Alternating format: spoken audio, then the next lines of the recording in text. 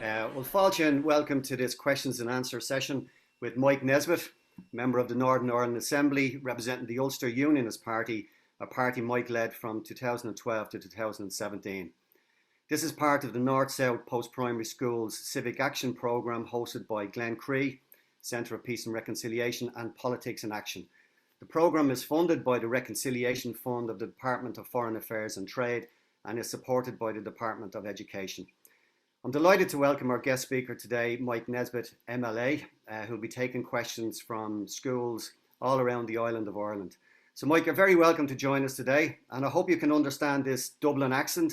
But as a previous prominent leader of the Ulster Unionist Party, Sir Edward Carson was a proud Dub.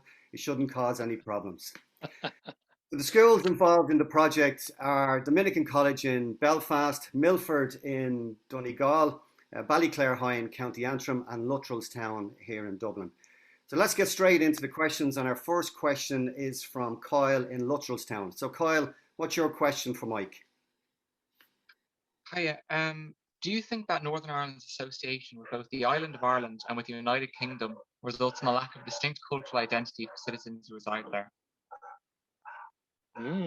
If you could hear that over my dogs. Yeah, I got it, Kyle. Thank you.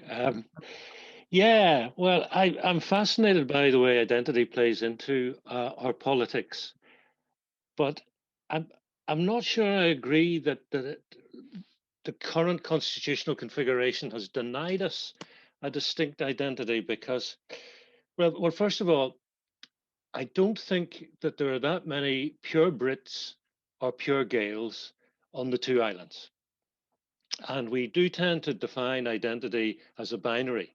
You're either one or the other, you know, you're British or you're Irish, you're nationalist, you're unionist, orange and green and all the rest. We've got any number of descriptors. But actually, I think many people's identity is much more complex than that. And I would go with the Ulster poet John Hewitt, who claimed he had a multiple identity, actually a quadruple identity. He said he was an Ulsterman, but he was also Irish, British, and European. And importantly, within the debate around Brexit, which I'm sure we'll come on to later, he told us why it was important. And what he said was, if you deny me any part of that quadruple mix, you're going to diminish who I am. And I think that's what's happened to a lot of people here over Brexit.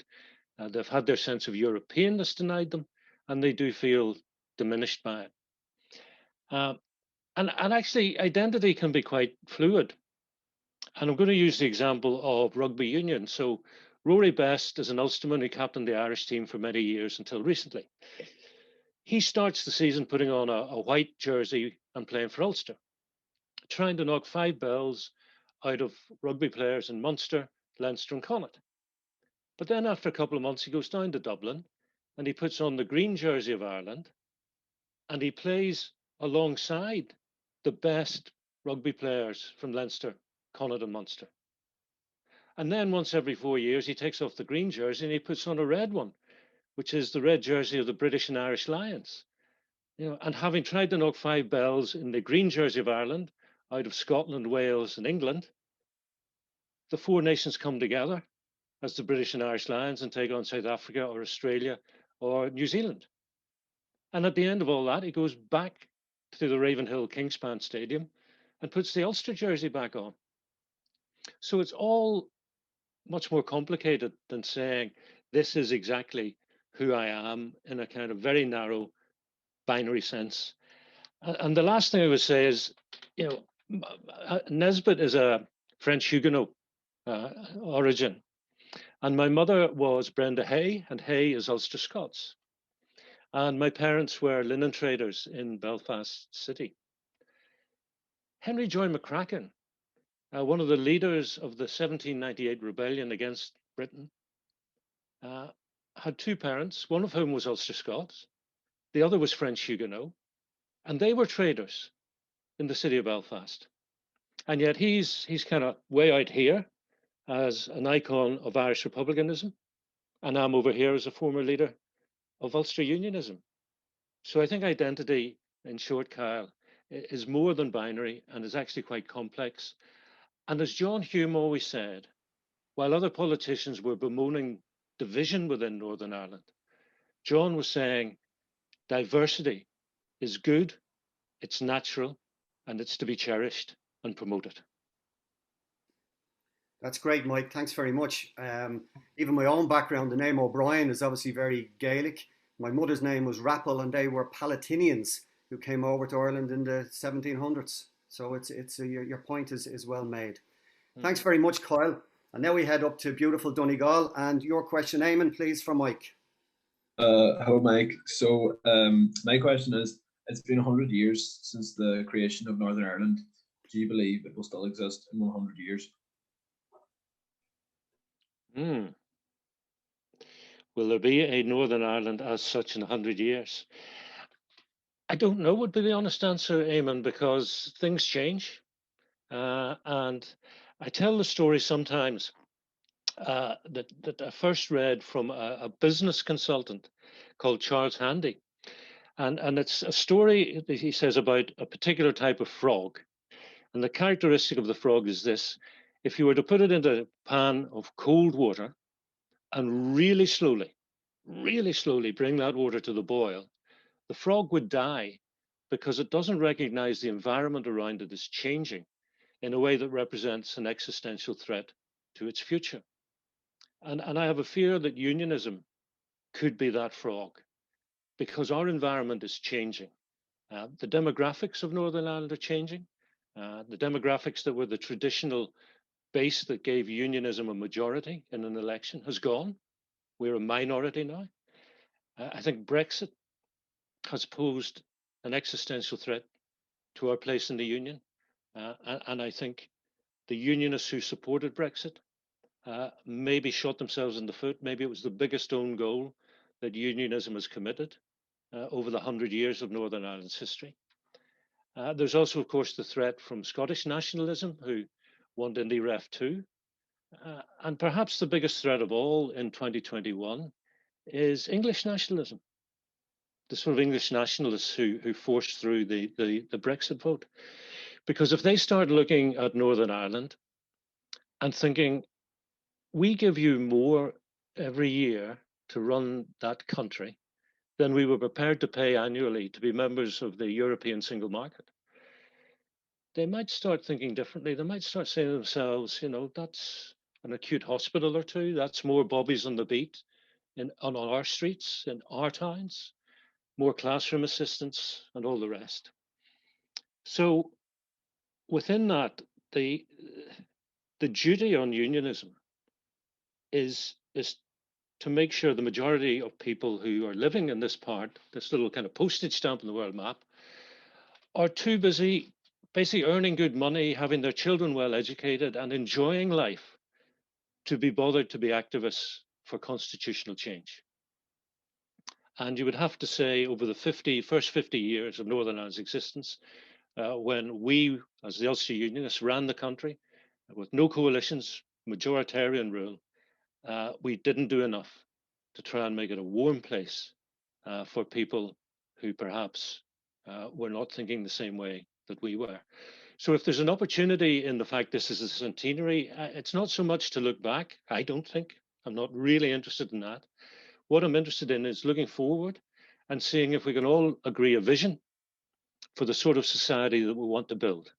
And for me, that would be one that was fair, that was truly peaceful, and that had a focus on prosperity. And by prosperity, I don't just mean how much money you have in your back pocket, although that's an important part of it, but also your sense of well-being. You know, when you wake up in the morning, do you feel that you've got good reasons to get out of bed? Do you feel that you've got as good a chance of a successful day as the next person? In other words, there are no obstacles, no sectarian obstacles, that there's an equality about life for everybody. And I think if we can all buy into that, we change actually the debate about the constitutional status. Because for Irish nationalists, the United Ireland seems to be the aim. But if the aim becomes creating that sort of fair, just, prosperous society, then the constitutional status becomes part of an argument and a debate about the strategy to achieve the aim. And of course, in my strategy, staying in the UK is part of it. in somebody else's strategy, constitutional change is part of that strategy. And I think that would be a much healthier debate than the one we have at the moment. All right, thank you. Thank you very much, Mike. Thank you, Eamon. The next question is from Dominican in North Belfast, and it might even test your skills as a salesperson, Mike. So, Bailey, what's your question for Mike? Yeah, can you sell us the union? What are the pros?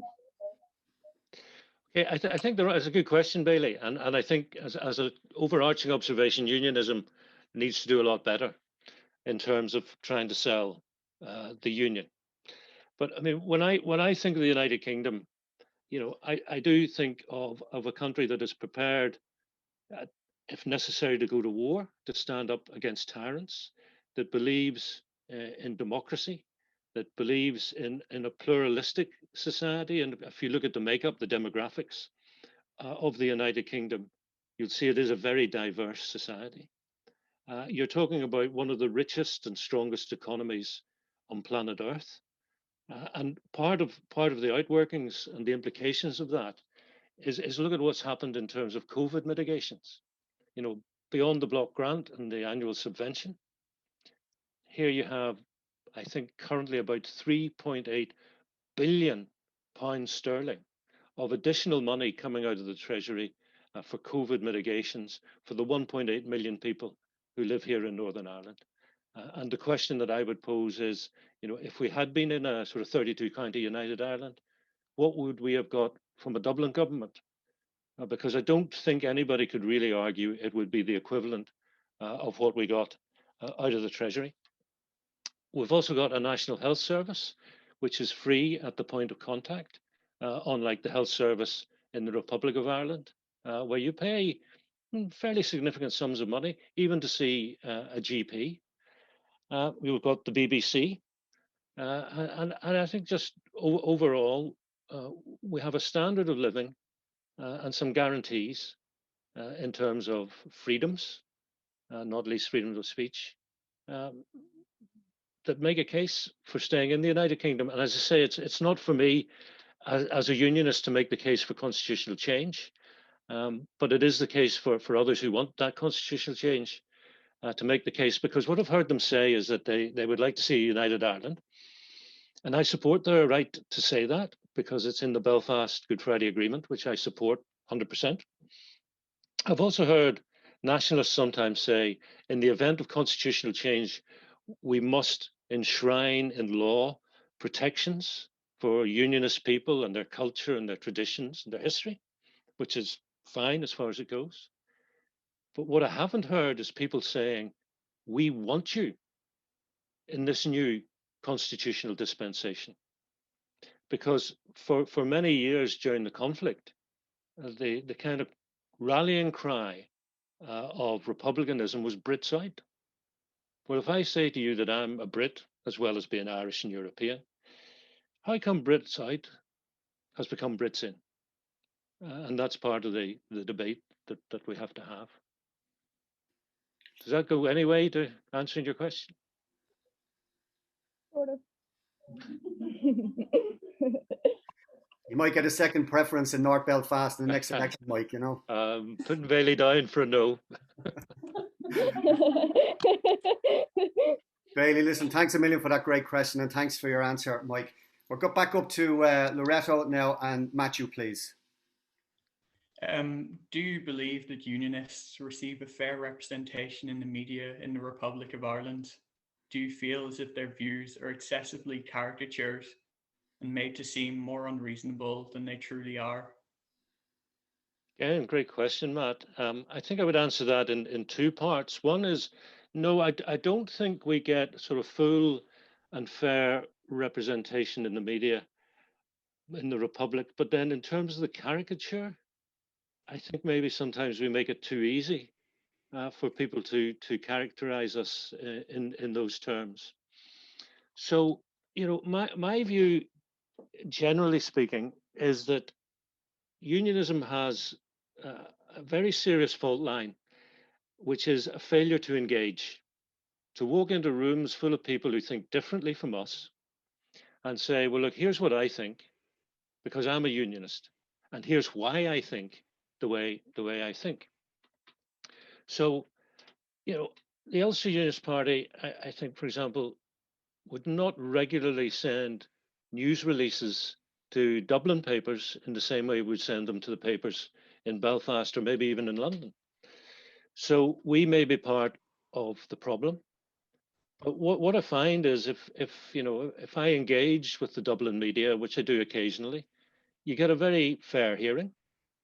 And the other thing is, if you do walk into those rooms that are filled with people who think differently from you, again, you get a fair hearing. I was talking yesterday, and Alan Mabin would have been part of this, I believe. There was a question about centenaries, and I said the one area where I had a problem was the centenary of the Easter Rising in 2016, and the problem was this: the Easter Sunday in 2016 was late March, and it was about 5.5 weeks only before the Assembly elections.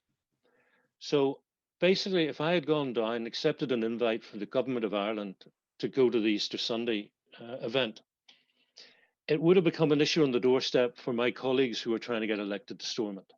And it was put to me by my colleagues, you can't do it, it's not fair. But I didn't want to let the event go unmarked. So as well as attending a couple of other events during the year, I actually did my own thing. So the Ulster Unionist Party had an event to mark the centenary of the Easter Rising in the Royal Irish Academy in Dawson Street in the centre of Dublin. And the interesting thing was, at the end of it, the people who'd come along said two things. The first was that they couldn't agree with our analysis of the causes and consequences of the rising. But the second thing was they were delighted that we'd come and made our case. And I've tested that theory, at Féile Phobal, the West Belfast Festival. I debated with the late Martin McGuinness in Bundoran when I was the only unionist in the village. With Martina Anderson and Crossmaglen, again, the only unionist in the room. And you get the same reaction. You're not going to get converts, but you are perhaps going to get people thinking more deeply and differently. And they are going to come up to you at the end and shake your hand and say, fair play to you for turning up. And unionism needs to do more of that, including engagement with the media in the Republic, because the more we are not engaged, the more likely I think it is that void is filled by the sort of unfair caricature that you refer to. Thanks a million, Mike. Thanks a million, Matt. Just a quick question, Mike, because there was a recent high-profile Claire Bourne RTE programme about a shared Ireland or a united Ireland. The SDLP were disappointed that they weren't invited, and I'm just wondering where the UUP asked, and if they weren't asked, were you disappointed? As far as I know, Dave, we were not asked, but I have yet to ask the question because of just circumstances, and I've yet to watch the programme. But yes, I mean, had I been leader, I would have accepted an invite had it come, and had an invite not come, I would have asked why. Okay, that makes sense. So listen, Mike, thank you for answering those questions on kind of identity. The next kind of topic, broad topic, is Brexit, and we're heading to Luttrellstown. And Martina, please. Yeah, hi. So my question is, do you think Brexit will have any negative impact on the coexistence of Ireland and Northern Ireland, as well as Northern Ireland and Britain? And do you think it will lead to any major problems in the future? Yes, Tina, I think it's already creating huge problems. I mean, I go back to identity, first of all. And let me put it this way. On the day of the Brexit result back in June 2016, there was an event at the residence of the American Consul General in Belfast. And I was at it, and two guys came up and asked to speak to me privately. There were two guys who were in their 30s, very well dressed. They said they were businessmen. They said they were kind of nationalists, but they went on to say, in a limited way, they were nationalists. In other words, if you asked them, the first question was, would you like to see a united Ireland someday? They would say yes. But if your second question was, well, would you sign here to be an activist to make it happen? Their answer was no. And the reason the answer was no was because they were too busy earning good money, having their children well educated, to be bothered about changing the flag that flies from Parliament buildings. until the Brexit result. And because the Brexit result had interfered with their identity, they were now saying that the answer to question 2 was, yeah, where do I sign up? So it has changed the dynamic within Northern Ireland. It's not just nationalists who feel that way about their identity. I do. I cherish my Europeanness and was very much against Brexit. So since then, what some unionists who supported Brexit didn't realize was, if you leave the European Union, there has to be a border. There has to be a border. So it then becomes a question of where do you put it and what are the implications? So we now have this Northern Ireland Protocol, which isn't working, which businessmen are telling me it's not just about teething problems, although there are teething problems that can be resolved. But there are kind of systemic problems. And the big one is, it looks as if businesses who import raw materials, who have traditionally got the raw materials from Great Britain, even if they've come from further afield, for example, from continental Europe, they reach Northern Ireland by what we call the land bridge in GB. They're now switching 90 degrees and bringing those raw materials in through Rosslare and from the Republic of Ireland. So that is, by definition, a move towards more economic unity. And economic unity is, to some extent, one step away from political unity. So unionism sees this now as a huge threat, but they're attacking the protocol, whereas I think the real attack should be on the decision to support Brexit, because if there hadn't been Brexit, there would be no need for a protocol. The other thing is, in terms of the dynamic north-south between Belfast and Dublin, is that for 23 years now, since the Belfast Good Friday Agreement, we've had that formal set of relationships, which we call Strand 2. Strand 1 was relationships within Northern Ireland. Strand 2 was relationships north-south between Belfast and Dublin. And Strand 3 was east-west between the two islands. And as part of Strand 2, we had a thing called the North-South Ministerial Council. And underneath that, 6 implementation bodies, for example, one called Intertrade Ireland, to try and boost trade across the whole island. So these were institutions which were bringing the two jurisdictions together in recognition of, we've got mutual interests here, that we can help each other. Brexit, by definition, means we're rivals. Brexiteers talk about exploring new economic markets across the globe. Well, the EU are bound to be looking at those markets as well. So we're suddenly now competing.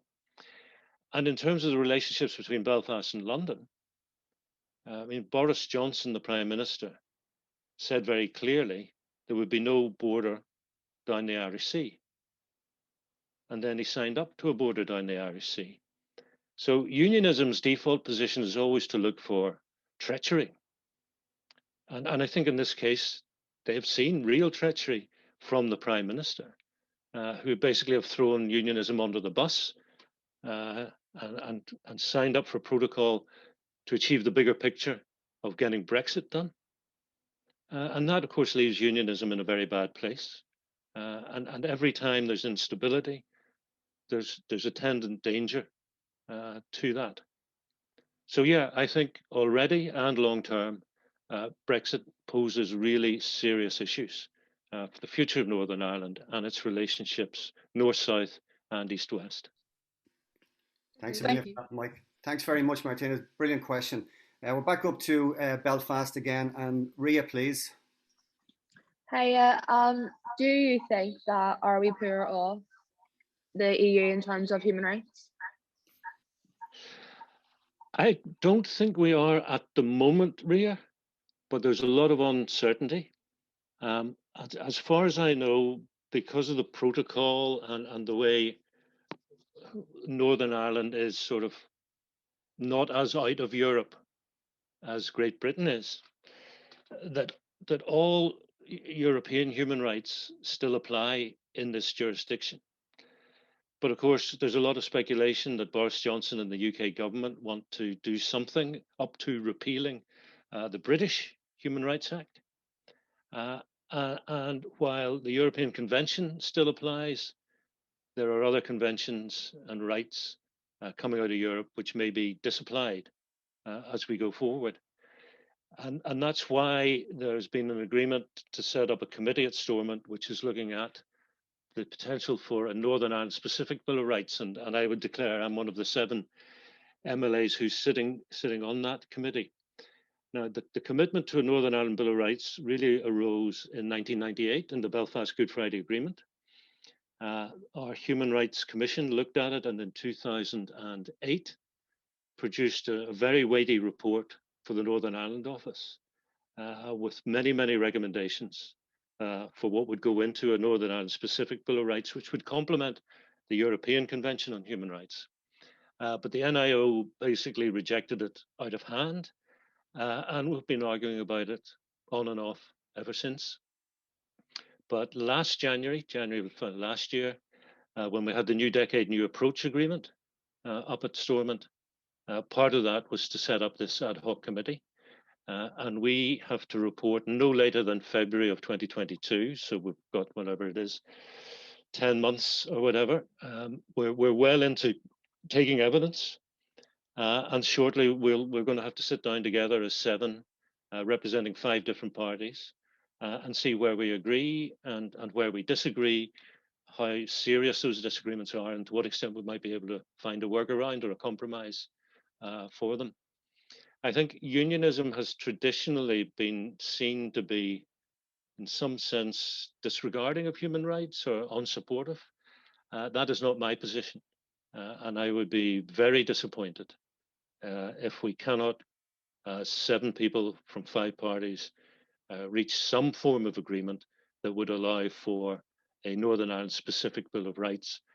How broadly based that would be is the thing that we really need to debate in the months between now and when we finally report back to the Assembly.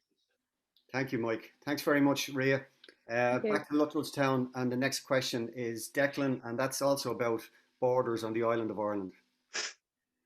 Hearing your previous answers, this question mightn't be so relevant now, but do you think a hard border between the Republic and the North is still part of a unionist end goal? And if so, have unionists in general considered the adverse effects? And this is a bit of an extreme example, but say sectarian violence. Well, yeah. Do unionists want a hard border? That's an open question in my mind, Declan. I mean, I do not, because I wanted to remain part of the European Union, and a large part of that was because of the uncertainty of what Brexit would mean. And you may remember when she was Prime Minister, Theresa May famously said Brexit means Brexit, as if this was some sort of really profound statement. Whereas to my mind, it was nonsense. Because if I say to you, I'm going to buy you lunch, you don't know if I'm taking you to the local petrol station to buy a ham and egg sandwich, or if I'm taking you to one of the finest Michelin star restaurants in the centre of Dublin. But it's still lunch. Lunch means lunch, whether it's a sarnie or a 3-course meal with fine wine. So when I heard that the referendum was coming, the way I looked at it was, first of all, while GB were net financial contributors into Brussels, Northern Ireland were net beneficiaries because of our reliance on agriculture and the Common Agricultural Policy, the single farm payment, but also because of the various peace funds, billions of euro that have come in to cement the peace. But the second reason was, show me what Brexit looks like. Take me to the far side of the referendum and tell me what Northern Ireland looks like. Tell me about the border. I did warn about hard borders at Britain's ports and airports, which was my version of a border down the Irish Sea, and all the uncertainty of it. So, I don't want to see a hard border. I think one of the geniuses of the Belfast Good Friday Agreement is that while the border still exists, you don't really notice it anymore. You drive over it. Well, yeah, the miles per hour changes from miles per hour to kilometers per hour, or vice versa. But there's no checks, and there's just free movement, which is great. So I don't know where the protocol is going to take us, but I think a harder border, land border, is probably the least likely outcome. The border in the Irish Sea staying with some mitigations is probably the most likely outcome. But I am also aware that there's a frustration in Brussels about the regime of inspections being undertaken by United Kingdom officials. And one of the potential dangers of that would be that Brussels eventually said, well, look, we can't trust you. So we are going to impose our own checks for goods coming into continental European Union countries. So the checks will be at places like Rotterdam, Le Havre, those continental ports. In terms of sectarian violence, I know there are those in officialdom in Dublin who believe that if you rush to constitutional change, and you win a very narrow vote in a border poll, that they would fear that loyalists might visit violence upon Dublin. But do you mean more sort of sectarian violence within Northern Ireland? Within Northern Ireland, yeah. It's possible, but I don't think so. I don't think it would be the direct cause. Loyalism is very, very angry about the protocol, but they're saying things like, rather than they want to attack Republicans or nationalists, they're saying that unionist people like me should walk out of Stormont and collapse the institutions. So that's different from a sectarian campaign of violence. I think it would be madness, and I think history says it would be madness. Because if you go back, for example, to 1985 and the Anglo-Irish Agreement,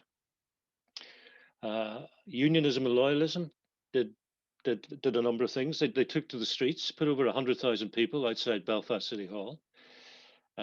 They boycotted government ministers and officials, and every unionist MP at Westminster resigned to force a by-election. The consequences were there was street violence and a very bad image internationally of unionism. The boycott meant we alienated every friend we had in Whitehall and Westminster. And the by-elections resulted in losing a seat.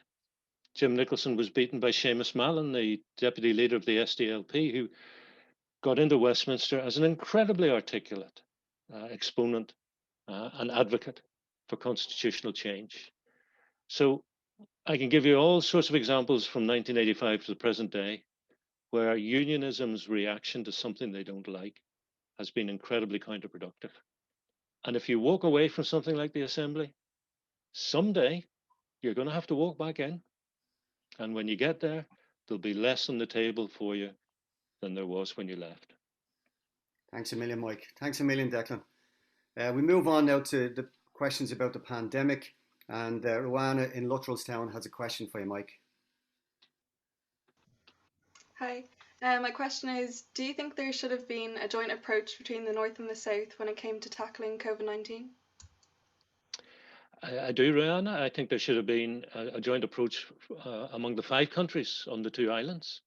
And of course, Robin Swan, the health minister here in this jurisdiction, did sign a memorandum of understanding with his counterpart in Dublin. But as is now probably a cliche to say that COVID-19 does not recognize any border. And of course, I think the first reported case of COVID-19 in Northern Ireland came from somebody who had flown onto the island into Dublin Airport and then made her way north of the border. So yes, I think that there is absolutely room for sensible cooperation, and not just on COVID-19, but for example, the climate crisis is again something that I think is best tackled, most effectively tackled with an all islands approach. And broadly, I'm for cooperation where it can be done. If you think more broadly in terms of health, Roanna, we're not going to build a new acute hospital in Newry if the Dublin government, the government of Ireland, is thinking of building an acute hospital in Dundalk, 13 miles away. It just doesn't make sense. And we have a relatively new acute hospital in Enniskillen. The business model that said it makes sense to invest in this hospital in this place was based on the fact that it would service patients from across the border in the likes of County Sligo. The same up in Derry, where the cancer services, which are, well, they're probably 10 years old now, so they're not new. But again, the business model was breast cancer patients from Donegal would come into Derry to be treated.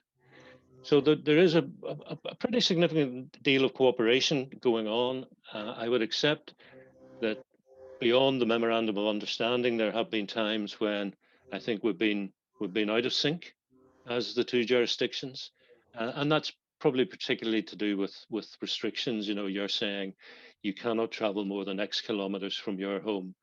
We perhaps weren't doing the same thing here, but ultimately, when you're coming to deal with something like COVID-19, a global pandemic, and we haven't had a global pandemic for over 100 years, so we don't really have a good corporate memory. So we certainly don't have anybody in government who says, yeah, I remember the last one and the mistakes we made. When you do things to mitigate and tackle, I don't think there are any right answers.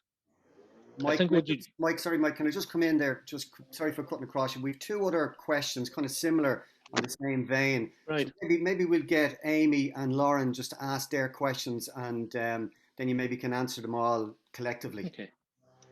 Hi, my question is, do you think a united Ireland would have helped when COVID-19 came to our country? And Lauren? In retrospect, do you think that an all-Ireland approach to coronavirus would have been better? Yeah. Well, again, yeah, I think the closest cooperation that you could get in terms of a joint approach by the governments, not just in Belfast and Dublin, but also in Edinburgh and Cardiff and London, would have been the ideal way forward. But of course, the whole idea of having devolution is that you're devolving decision making to people on the ground in places like Cardiff, Edinburgh, Belfast.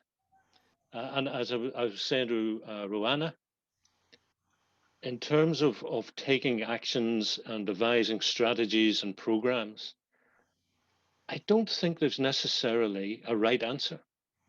So what you have is a number of choices. And with each choice, there's some element of downside. And one of the biggest downsides, of course, with restrictions, is its impact on people's sense of well-being and good mental health. And I think particularly amongst young people, denying young people the opportunity to go to school and mix with their friends and colleagues has been really tough, really, really tough. It's also been very tough on families, particularly people who say maybe retired, who are of an age that puts them into that danger bracket. They maybe are more likely at that age to have underlying health issues, but they have families, they have new grandchildren being born that they don't get to see for months on end. So I think it's natural and reasonable to say that, a bunch of politicians sitting around as a government in Dublin may come to slightly different arrangements and decisions and programs than a bunch of politicians sitting at Stormont in Belfast. But on the bigger ticket issues like vaccinations, it would have been really good to see an approach that was consistent and uniform across the 5 nations and the 2 islands. Because although we're way ahead of you in the Republic in terms of our vaccination rollout, that's not something to go yarbu socks about, or we're better than you. If you were at the same stage we were at, everybody would be safer. So the other question was, if we had a 32 county All Ireland state, would that have helped?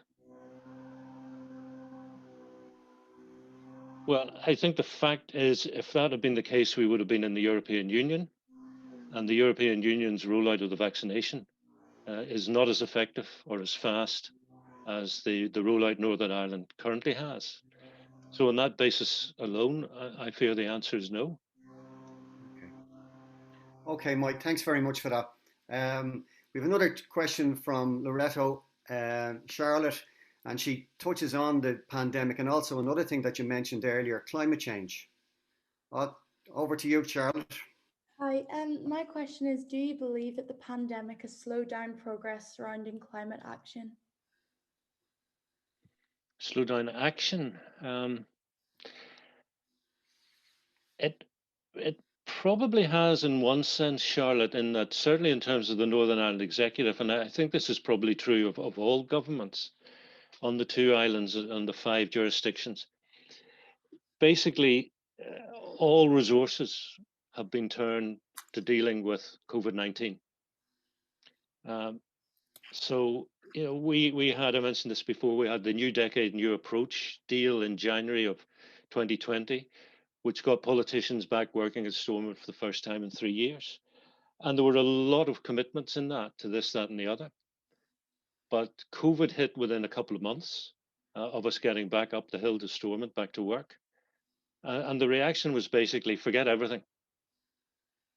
All hands on deck to deal with the coronavirus.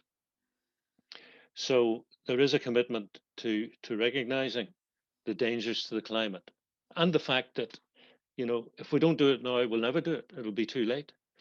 But the necessary strategies and actions flowing from that have not happened. And I think that is largely because of the resource being directed towards dealing with the pandemic. The one thing about the pandemic that maybe impacts on climate change is that it's probably slowed down the deterioration of the climate, you know, not least with so few flights taking off over the last year and a bit. So there's been a sort of unexpected sort of positive, I suppose, with people not traveling the way they used to. But there's always a danger, I believe, in politics that when you come to some big ticket issues that need a lot of thought and where you won't necessarily get full agreement or easy agreement, particularly in the sort of setup we have where you have 5 parties in a coalition government, that you always find a reason not to tackle the big difficult issue. And climate probably is a big difficult issue because you'll have heard some politicians, including unionists in the DUP, who are basically climate deniers. They don't think there's a problem. And if you drift along, then it really could be too late to tackle it. And you know, I'm of an age where I owe it to you, to your generation, to take it seriously, to think it through, and to take some really serious decisions that lead to really significant actions. And again, it may be that there's no right answer as such, but there's a series of choices, all of which have benefits, and all of which have some degree of downside. Thanks a million, Mike. Thank you, Charlotte. Our last question from one of the students is a general political question, and it comes from Holly in Dominican. Over to you, Holly. Do you believe you and the SLP share power better than the DUP and Sinn Féin? Oh, Holly, I like you. Yes, I do. And the reason I do is when I was leading the Ulster Unionist Party, I used a phrase which was make Northern Ireland work. And then Colm Eastwood got elected leader of the SDLP, and lo and behold, didn't I hear Colm say, we need to make Northern Ireland work? And I went to see him to see what he meant, to see if he meant the same that I meant, and he did. Making Northern Ireland work is measured by the quality of our public services, particularly the health service and the education system. And it means making our people happy. That idea of prosperity, both in terms of having some money in your back pocket, but also feeling good about yourself, having good mental health, feeling that you're living in a society of equals where you've got a good chance of success. So it seemed to me that irrespective of our constitutional preferences, trying to make Northern Ireland work was a political lifetime's agenda.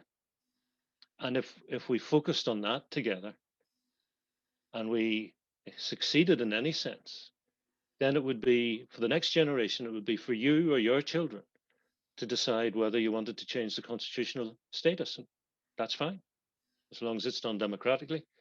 You know, I know what my preference is, but if the majority feel that they want different, that's fine. By contrast, if you look at the DUP and Sinn Féin, well, first of all, you have Sinn Féin, whose mantra has always been Northern Ireland is a failed statelet. Now, I've never understood that. I think it is a strategic error on their part because they want to see a united Ireland. And to achieve that, at some point, there has to be not one, but two referendums, one in the north of Ireland and one in the south. So what they're saying to the voters of the Republic is please vote to adopt a failed statelet, something that is broken, something that is populated by 1.8 million people, around half of whom would be likely to vote against constitutional change in the border poll, but perhaps lose out 49% to 51%. Take over the annual subvention from the Treasury in London, which is billions of pounds sterling per annum. You know, what's the first rule of marketing? The first rule of marketing is whatever you're selling, make it easy for people to buy. And Sinn Féin have spectacularly failed to make Northern Ireland a really sellable product for the people who will eventually vote in the border poll and give an opinion about whether they want to adopt us or not. And beyond that, and I blame both sides equally, in any walk of life, success requires you to build relationships. Whether you're running a shop and you're selling stuff, or in school, you need a relationship with your teachers need a relationship with you to get the best out of you. And you need relationships in politics, and particularly the politics of Northern Ireland, because we have this mandatory coalition government, currently 5 different parties. You have to be able to form relationships. And the difficulty is that since 2007, when the DUP and Sinn Féin went into Stormont Castle to lead our coalition government, with one exception, they have failed to build those relationships. And the exception was the 18 months when Ian Paisley was First Minister and Martin McGuinness was the Deputy First Minister, the so-called Chuckle Brothers, if anybody remembers that or has read about it, where they put a smile on their face and determined to show that they were working together. And the DUP and Sinn Féin will not do that. And the day the Assembly collapsed in 2017, the day before it collapsed, I was in the chamber and I was listening to the youngest DUP MLA of that mandate, a guy in his 20s. And he stood up and he pointed at the Sinn Féin members across the aisle. And he said, "You've no idea how difficult the last 10 years have been for us because we don't want to share power with you." Now, you can't do business like that. They are empowered by the voters to work together in the castle, the equivalent of your government buildings in Dublin or Downing Street in London. And they have to get on together. And, when I took over the leadership of the Unionist Party, I had a huge problem with the late Martin McGuinness because he was a proud commander of the Provisional IRA. And the same IRA blew up my family's linen business.